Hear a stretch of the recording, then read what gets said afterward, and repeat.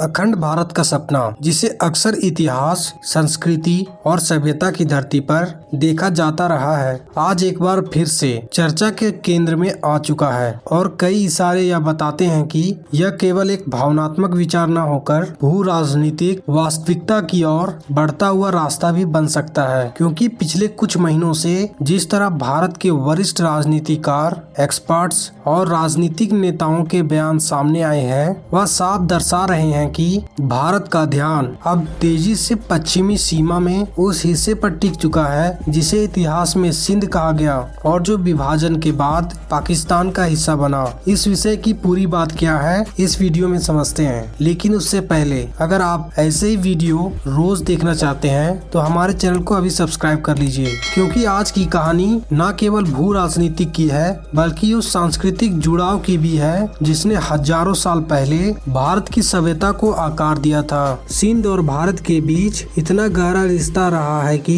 विभाजन के बाद भी वह धागा पूरी तरह नहीं टूटा और आज भी लाखों सिंधी परिवार भारत में अपनी जड़ों, अपने मंदिरों, अपने पुराने घरों और बाजारों को याद करते हैं। मोहनजोदड़ो जैसे विश्व प्रसिद्ध इंडस वैली सिविलाइजेशन की धरोहर सिंध की उस भूमि पर खड़ी है जिसने भारतीय सभ्यता को जन्म दिया, और यही वह धरती है जिसकी नदी सिंधु से ही हिंदू, हिंदुस्तान और इंडिया जैसे शब्द निकले, जो आज हमारी पहचान के केंद्र में है। और जब भारत का राष्ट्रगान पंजाब, सिंध, गुजरात, मराठा, द्राविड़, उत्कल, बंगा की बात करता है तो वह केवल भौगोलिक क्षेत्र का नाम नहीं ले रहा होता, बल्कि एक ऐसे सांस्कृतिक एकता का स्मरण कराता है जिसने हजारों साल तक इस पूरे क्षेत्र को एक सूत्र से पिरोए रखा। सिंध की आजादी आज करीब 50 मिलियन है और उनमें से कई लोग बेरोजगारी, आर्थिक अस्थिरता और पाकिस्तान की डगमगाती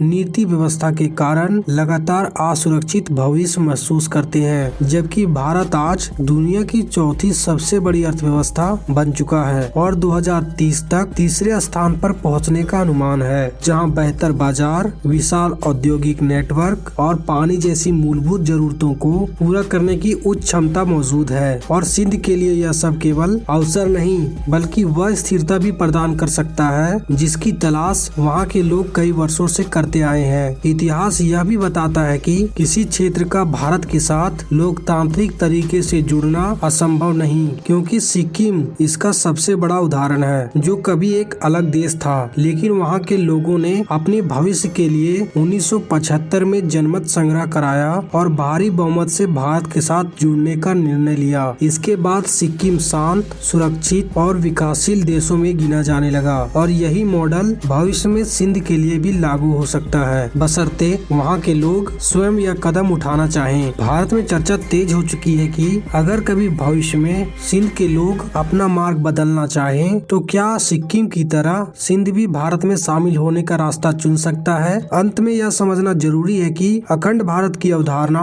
किसी सैन्य विस्तार का विचार नहीं बल्कि सांस्कृतिक एकता, साझा इतिहास और सभ्यता की निरंतरता का प्रतीक है, जिसे समय के साथ राजनीतिक सीमाओं ने भले ही अलग कर दिया हो, परंतु भावनात्मक और सांस्कृतिक स्तर पर यह संबंध अभी भी मिटा नहीं। और इसी कारण जब आज सिंध में बदलाव की हवा उठती दिखाई देती है तो यह प्रश्न उठना स्वाभाविक है कि क्या आने वाले वर्षों में भू राजनीतिक परिस्थितियाँ इस क्षेत्र को एक नई दिशा में ले जा सकती है। क्या सिंध के लोग अपने लिए एक नई व्यवस्था चुन सकते हैं और क्या भारत उसी तरह एक स्थिर, सुरक्षित और समृद्ध भविष्य प्रदान कर सकता है जैसा उसने सिक्किम के लिए किया था। और इन्हीं सब सवालों के बीच आज का पूरा मुद्दा एक नई गंभीरता के साथ उभर कर सामने आता है कि आने वाला समय सिंध और दक्षिण एशिया की राजनीतिक तस्वीर को किस ओर मोड़ने जा रहा है। तो एक सवाल आपसे, क्या भविष्य में अखंड भारत बनेगा? क्या यह सपना पूरा होगा? अपनी राय कमेंट में जरूर बताएं और वीडियो को लाइक करके चैनल को सब्सक्राइब कर लें। धन्यवाद।